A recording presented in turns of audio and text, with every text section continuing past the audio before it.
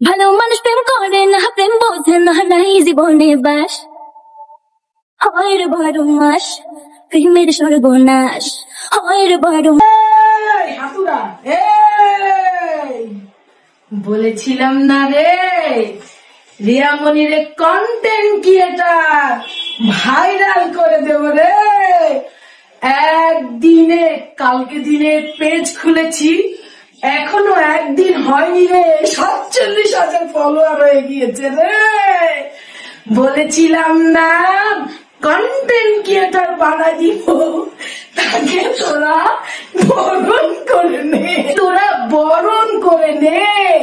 সে শুধু content creator না, আমার তোদের তোমাদের সবার কলিগ আজকে তার নবীন বরণ। তোমরা তাকে সাধুবাদ জানাও, নতুন কন্টেন্ট ক্রিয়েটার।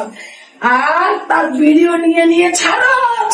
কি হিংসে হয়? রিয়ামনির মতো হতে চাও? আরে রিয়ামনি যদি চাই আমি ভাইরাল করে দিতে পারবো।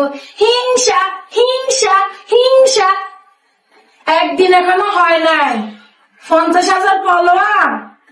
আলহামদুলিল্লাহ, ডিরেক্টর ডেজি খালা আর ডিরেক্টর রাখি খালার কারণে হয়ে গেছে। তোমাদের নতুন কলিগকে ফুলের মালা দিয়ে বরণ করো। আর হ্যাঁ, অনেকে বলতেছো আমি মেয়েটারে কন্টেন্ট ক্রিয়েটর মানে ক্ষতি করছি। তোমরাই তো বেশি লেবু এমন কষাইছ, তিতা সামরন খাও, ভিটামিন সি কামে লাগবো। বলো রেহানা রাখি আপু বলেছিলেন সে রিয়ামনিকে একজন ভাইরাল কন্টেন্ট ক্রিয়েটার বানিয়ে দিবে। তার কথাটা সে পূরণ করলো। রিয়ামনিকে একদিনের মাথায় সে ভাইরাল একজন কন্টেন্ট ক্রিয়েটার বানিয়ে দিল। মাত্র একদিন এখনো হয়ে পারেনি, তার মধ্যেই রিয়ামনির 50,000 ফলোয়ার পূর্ণ হয়েছে। এখন কিন্তু অনেকেই রিয়ামনিকে দেখে হিংসে করছে। রেহানা আপু এটাও বললো সে চাইলে এরকম রিয়ামনি সে তৈরি করতে পারে। তো ভিউয়ার্স, রিয়ামনি কিন্তু এখন একজন ভাইরাল কন্টেন্ট ক্রিয়েটার হয়েছে, একদিনও হয়নি সে কিন্তু অলরেডি 50,000 ফলোয়ার পূর্ণ করে ফেলেছে।